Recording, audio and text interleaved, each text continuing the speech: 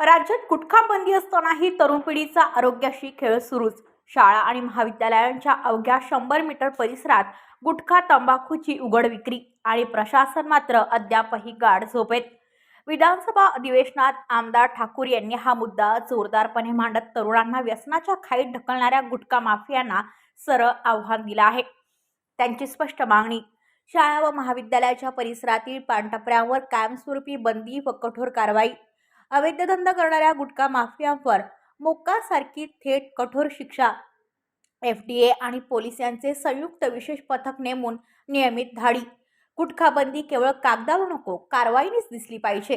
तरुणांच्या भविष्यासाठी हा प्रश्न जिव्हाळ्याचा आणि आता सरकारची पुढील पावलं काय याकडे सर्वांचे लक्ष लागलंय। अध्यक्ष महोदय, गुटखा आणि अंमली पदार्थाची विक्री शाळांच्या सभोवतालच्या टपऱ्यांवरती सर्रासपणाने होणं याच्या तक्रारी सरसकट महाराष्ट्र राज्यामधून आहेत।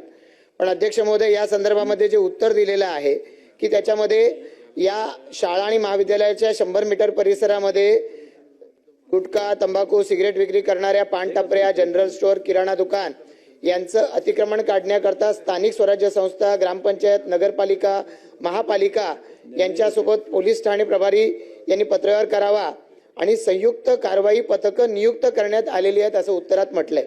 अध्यक्ष महोदय, अशी पथकं नियुक्त करण्यात आलेली असली तर लोकप्रतिनिधींना अजूनपर्यंत त्याची माहिती मिळालेली नाही।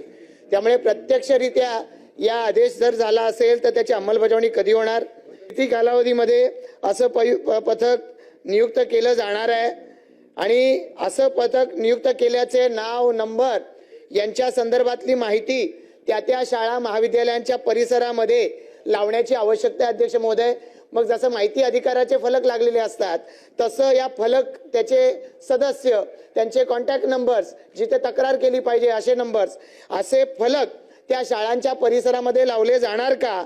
आणि जर यानंतर तक्रार केल्यानंतर देखील अशी पानटपरी किंवा असा आस्थापना जर हटवली जाणार नसेल तर या पथकाला जबाबदार धरलं पाहिजे अध्यक्ष महोदय, आणि त्यांच्यावर गुन्हे दाखल केले पाहिजेत।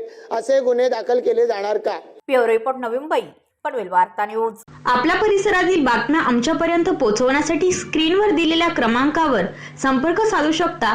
दूरध्वनी क्रमांक 8652414343।